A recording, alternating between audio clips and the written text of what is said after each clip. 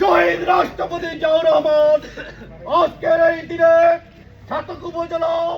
ও পৌরসভা বিএনপি অঙ্গ সংগঠনের পক্ষ থেকে ৭১-এর সেই স্বাধীনতা সংগ্রামে বীর শহীদদের প্রতি,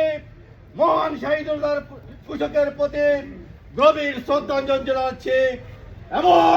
আমাদের ছাতক দলের মাননীয় সংসদ সদস্যের পক্ষ থেকে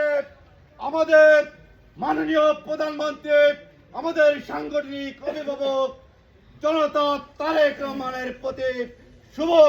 কামনা জানাচ্ছি। তারই অংশ হিসাবে আজকে